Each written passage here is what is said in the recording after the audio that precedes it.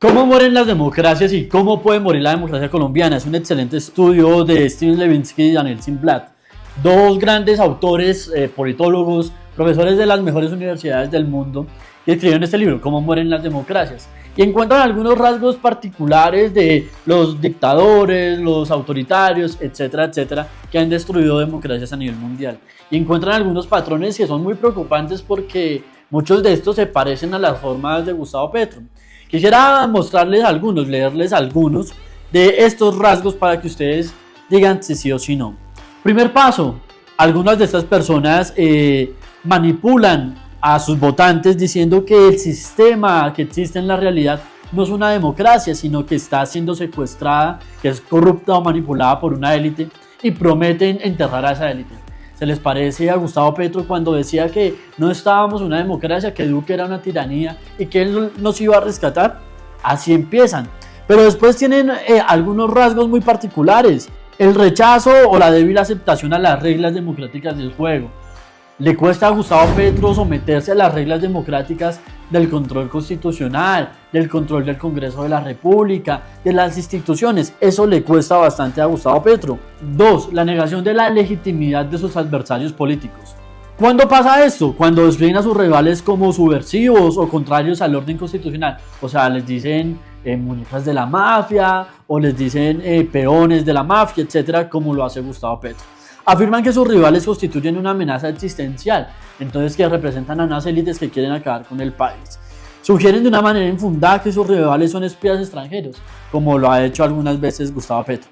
3.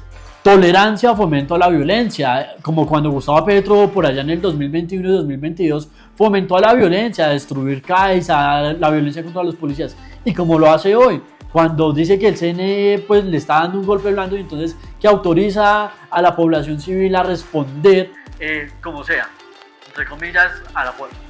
4. Una predisposición a restringir las libertades de la oposición, como ya lo hemos visto cada vez que demanda a alguien o cada vez que se niega a aceptar el fallo de un tribunal. Pero hay más, por ejemplo, la poca capacidad que tiene para negociar con el Congreso o con otros actores políticos. Dice, las democracias exigen negociación, compromiso y concesiones. Los reverses son inevitables y las victorias siempre parciales. Las iniciativas presidenciales pueden perecer en el Congreso o quedar bloqueadas en los tribunales. Y si bien estas limitaciones frustran a todos los políticos, los demócratas saben que no les queda más remedio que aceptarlas y son especialmente duchos capeando la alusión a las críticas. En cambio, para los recién llegados, sobre todo para aquellos con tendencia a la demagogia, la política democrática resulta con frecuencia intolerable y frustrante. ¿Cómo reacciona Petro cuando se le cae alguna ley por control constitucional?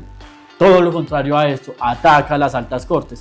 Hay más rasgos, por ejemplo, con este rasgo, dice, los medios de comunicación. A medida que los medios de comunicación más destacados son atacados, otros se vuelven recelosos y empiezan a practicarse en autocensura. ¿Qué es lo que está pasando con los medios de comunicación en Colombia? Que cada día Gustavo Petro los ataca, a los medios hegemónicos y a los medios que están naciendo.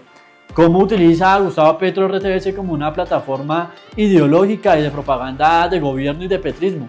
Atacando a todos los medios de comunicación. E inclusive ha llegado a insinuar que tocaría cerrar estos medios de comunicación. Ataques a la prensa. Por último y nuevamente, cuando ataca a los guardianes de la democracia, que en Colombia no es nada más y nada menos que la Corte Constitucional. Cada vez que Gustavo Petro ataca a la Corte Constitucional porque hace alguna cosa indebida o fuera del marco constitucional y la Corte tiene que ejercer su autoridad, pues entonces Gustavo Petro la ataca e inclusive sugiere que hay que acabarlas también, porque todo lo que a él no le gusta de la democracia hay que acabarlo. Ojo colombianos, porque estamos ante un aspirante a tirano que todas las reglas democráticas se las quiere saltar por encima. Y por personajes como él es que mueren las democracias. Los leo.